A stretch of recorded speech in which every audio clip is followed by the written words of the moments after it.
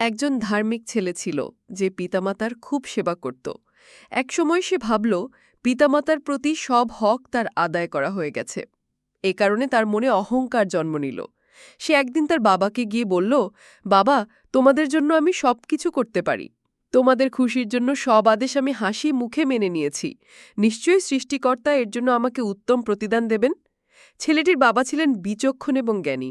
তিনি বললেন, হে আমার পুত্র, আমার একটা শেষ ইচ্ছা আছে। ছেলেটি বলল, কি সেই ইচ্ছা?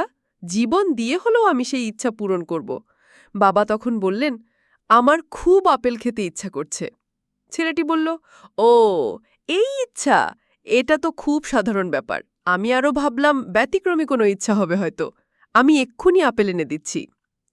ছেলেটা বাজার থেকে এক ঝুড়ি আপেল কিনে আনলো। বাবার সামনে দিয়ে বলল, যত ইচ্ছা খাও, শেষ হয়ে গেলে আবারও এনে দেব। তখন বাবা বলল, এটাই যথেষ্ট। তবে আপেলগুলো আমি এখানে খাবো না। আমার ইচ্ছা হচ্ছে ওই যে পাহাড় দেখা যায়, ওই পাহাড়ের চূড়ায় বসে আপেলগুলো খাবো। তুমি আমাকে ওখানে নিয়ে চলো। ছেলেটা অবাক হলো। বুড়ো বয়সে অনেক রকম ইচ্ছা হয় মানুষের। যাই হোক, ছেলেটি এক হাতে আপেলের ঝুড়ি আর এক কাঁধে বাবাকে নিয়ে অনেক কষ্ট করে পাহাড়ের চূড়ায় উঠল। তারপর বলল, বাবা, এবার আপেল খাও। বাবা ঝুড়ি থেকে একটা করে আপেল নিয়ে পাহাড়ের চূড়া থেকে দূরে ছুঁড়ে ফেলতে লাগল। ছেলে এটা দেখে খুব আশ্চর্য হল, কিন্তু কিছু বলল না। সব আপেল ছুঁড়ে ফেলা হলে ছেলেকে বলল, যাও, নিচ থেকে আপেলগুলো কুড়িয়ে নিয়ে আসো। ছেলে নিচে গিয়ে আপেল কুড়িয়ে আনল।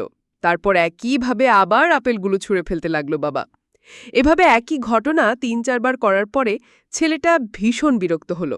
তার চেহারায় রাগ ফুটে উঠল।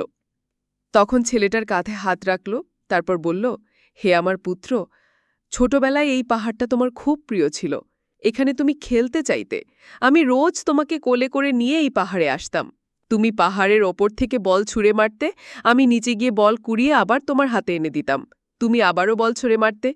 তোমার খুব প্রিয় খেলা ছিল এটা। তোমার সাথে এরকম খেলতে পেরে আমি নিজেও খুব মজা পেতাম। কখনো তোমার ওপর আমি বিরক্ত হইনি। অথচ দেখো, আজ একই ব্যাপার ঘটল। আপেলগুলো আমি ছুঁড়ে ফেলেছি, এখন তোমার চেহারায় কত বিরক্তি, কত রাগ। প্রিয় বন্ধু, আমাদের বাবারা আমাদের জন্য যত ত্যাগ স্বীকার করে, যতটা কষ্ট করে, আমাদের এক জীবনে সাধ্য নেই পিতামাতার এইসব ঋণ শোধ করা।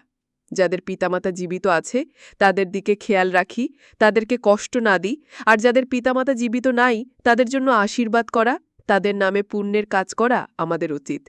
আন্তরিক ধন্যবাদ সবাইকে। বাবা দিবসের শুভেচ্ছা।